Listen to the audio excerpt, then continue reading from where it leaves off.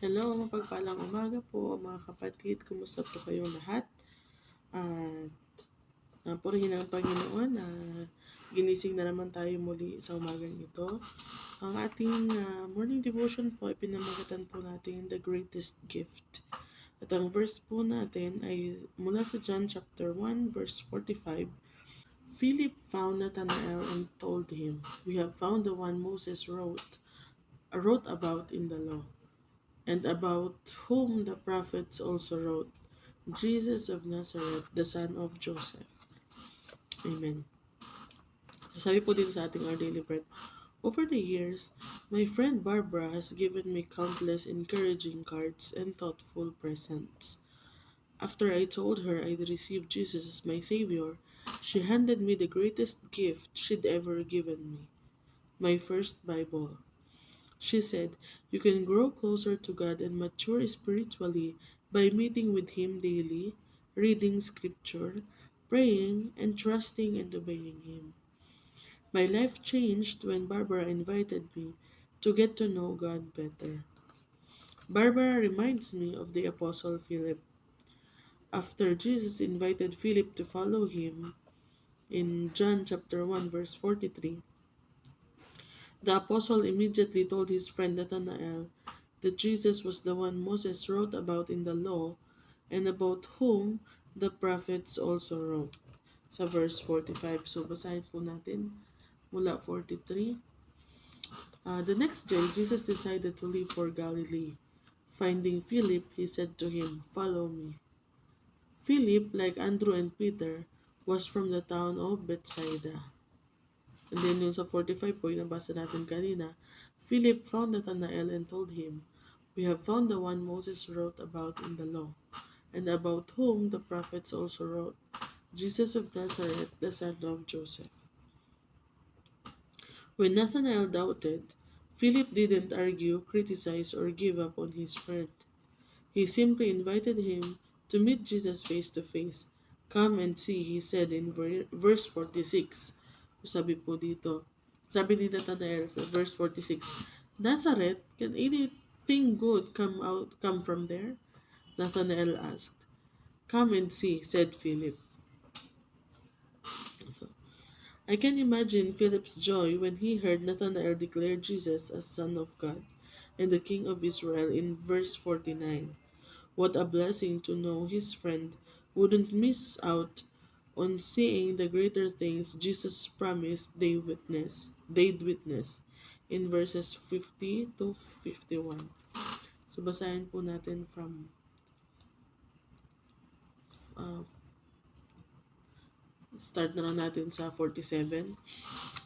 So after siyang isinama ni Philip, so sa 47, when Jesus knew Nathanael approaching, he said of him, "Here truly is an Israelite in whom there is no deceit." "How do you know me?" Nathanael asked. Jesus answered, "I saw you while you were still under the fig tree before Philip called you." Then Nathanael declared, "Rabbi, you are the Son of God. You are the King of Israel." Jesus said, "You believe because I told you I saw you under the fig tree. You will see greater things than that." Verse 51, he then added, "Very truly I tell you, you will see heaven open and the angels of God ascending and descending on the Son of Man." The Holy Spirit initiates our intimate relationship with God and then lives in all who respond in faith. He enables us to know Him personally and to invite others to encounter Him daily through His Spirit and the Scriptures. An invitation to know Jesus better is a great gift to receive and give. So knowing Jesus is the greatest gift we can receive. Sharing Him is the greatest gift we can give. Amen. Praise God. So title natin, the greatest gift. So makita natin dito sa kwento ng author natin sa Our Daily Bread. Yung friend niya, si Barbara, yun ang nag-share sa kanya patungkol sa Panginoong Jesus. Ano po? So lagi siyang binibigyan ng mga encouraging cards, mga presents. Pero nung nakakilala na siya sa Panginoon, ang ibinigay sa kanya ni Barbara is his very, or her, ano pa, babae yata itong author, her very first Bible, ano po. So, Bible ang niregalo sa kanya, at ang sabi sa kanya, you can grow closer to God and mature spiritually by meeting with Him daily, reading scripture, praying, and trusting and obeying Him. So, nabago daw po yung buhay niya nung in-invite siya ng kanyang kaibigan to know God better.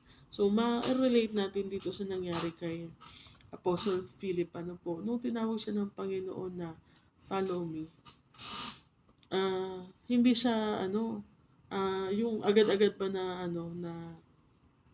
kinalimutan niya lahat, parang hindi na niya inalala yung mga kaibigan niya at sumama na lang. Hindi, anong nakita niya si Nathanael, tinawag niya. Sabi niya, nakita na namin yung isinulat noon ni Moses.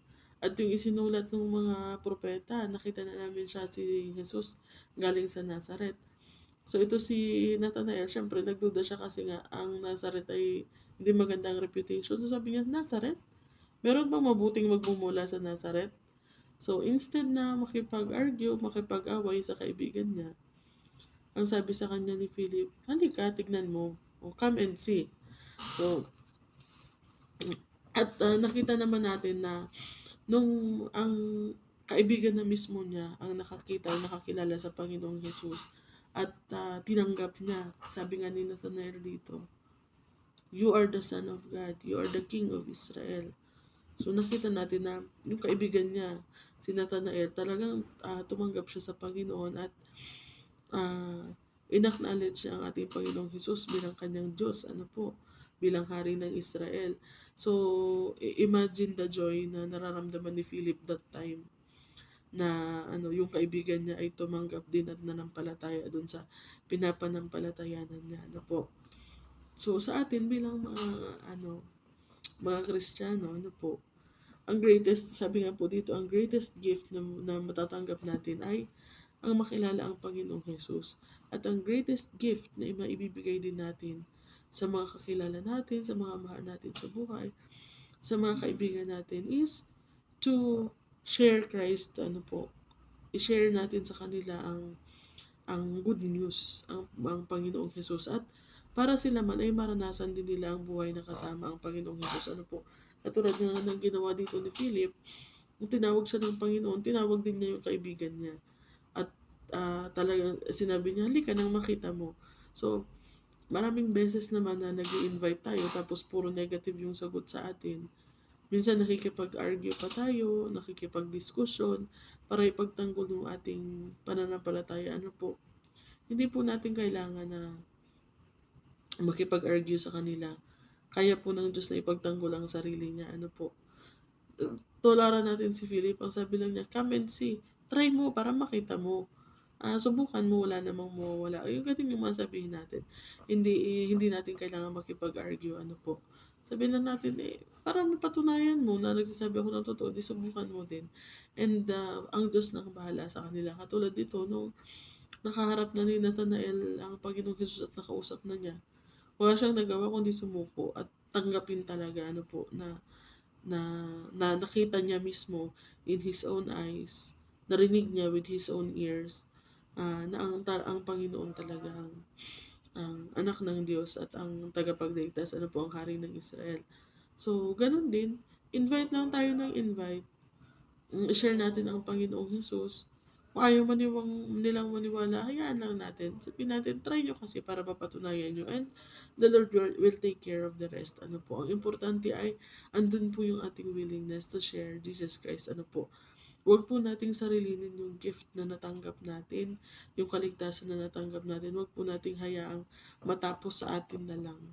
I-share din po natin sa mga mahal natin sa buhay, sa mga kaibigan natin, upang sila man po ay maranasan yung pagpapala, yung joy, yung kapayapaan na nagmumula sa ating Panginoon, maranasan din nila, lalong-lalo na yung buhay na walang hanggan sa piling ng ating Diyos, pagdating ng panahon. So, hindi ba at mas masaya kung buong pamilya natin or lahat ng mga kaibigan natin ay makasama din natin sa kaharian ng Diyos. So, ito po yung dapat nating tularan, si Philip at itong nasa kwento natin si Barbara, ano po, na hindi nila sinukuan yung kaibigan nila at talagang inakay nila para makakilala din sa ating Panginoong Yesus. So sa atin din, lagi din nating ipanalangin. Alam ko na mahirap mag-share lalo na sa mga kaibigan, sa mga kapamilya mo dahil alam nila kung sino ka. Alam nila lahat ng kapalpakan mo, karumihan mo, kasalanan mo. So mahirap talagang mag-share pero um, i-share natin pa rin ang Panginoon ano po at humingi tayo ng courage sa Panginoon at ng wisdom na matutunan natin na magbahagi din ng patungkol sa Kanya ano po.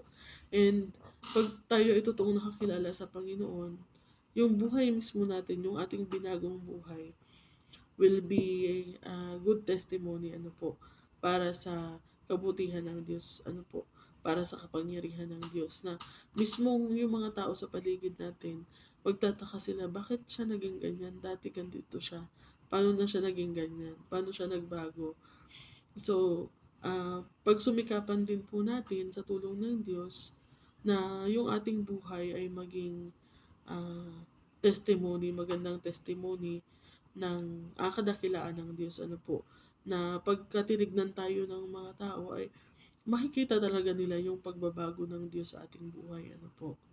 So, yun lamang po. Ngayon ay kakatapos lang ng mga bigayan ng mga regalo ano po. So, always remember na wala pong season ang pagbibigay ng regalo. Anytime, anywhere, pwede tayong magbigay ng gift ano po. And the greatest gift that we can receive is knowing Jesus. And the greatest gift that we can give is sharing Him. So, Amen. Purihin ang Panginoon. Tayo po ay manalangin. Hallelujah. Salamat, Lord, for your words. Thank you, Lord, for the greatest gift. Salamat po sa pagbibigay sa amin sa Panginoong Jesus. Salamat na sinugo niyo po siya para mamatay para sa aming mga kasalanan. And now we are enjoying our relationship, our restored relationship with you through Christ. Kaya maraming salamat, Panginoon. Tunay nga, kung hindi po dahil sa Panginoong Jesus ay hindi namin mararanasan itong mga magagandang bagay na pinaparanas niyo sa amin, Panginoon. Hindi namin mararanasan na magkaroon ng intimate relationship sa inyo. Hindi namin mararanasan ang buhay na lumakad dito sa mundo na kasama kayo, Panginoon. Kaya maraming salamat po. Help us also, Lord, na huwag namin sarilinin itong gift na ibinigay niyo sa amin. Help us to show Christ to others, to share Christ to others, Panginoon. Help us to share the greatest gift that you have given us, Panginoon. And maging ang aming mga buhay, Panginoon, patuloy niyo po naman kaming baguhin, Panginoon, sa araw-araw upang ang buhay namin ay maging testimony, Panginoon, ng inyong kabutihan at kadakilaan, Panginoon. Give us the courage, Panginoon, to share. Give us the wisdom, Panginoon. Give us the right words to say, Panginoon, upang maibahagi po namin ang patungkol sa aming Panginoong Hesus Kristo. At nawa, Lord, sa lahat ng tao na nakakasalamuha namin, Panginoon, ang makikita nila sa aming Panginoon ay representation of Christ, Panginoon, bilang kanyang mga ambassadors, O Lord. Help us to share especially sa aming mga kaibigan at mga mahal sa buhay at huwag kaming manawa, Panginoon, sa pagbabahagi ng inyong salita upang makasama din po namin sila, Panginoon, someday sa piling ninyo sa kaharian ng langit. Maraming salamat, Lord, at tinataas po namin sa inyo ang araw na ito. Kayo pong patuloy na magpala sa bawat isa. Kayo pong patuloy na mag-ingat sa bawat isa. At lahat po nawa ng mangyayari sa araw na ito, Panginoon, ay maging smooth, Panginoon, at naayon sa inyong kalooban. Purihin ka, O Lord. We pray all of this in Jesus' name. Amen. So yun, maraming salamat po sa pakikinig at panonood, mga kapatid. Ingat po tayo sa maghapon at God bless po.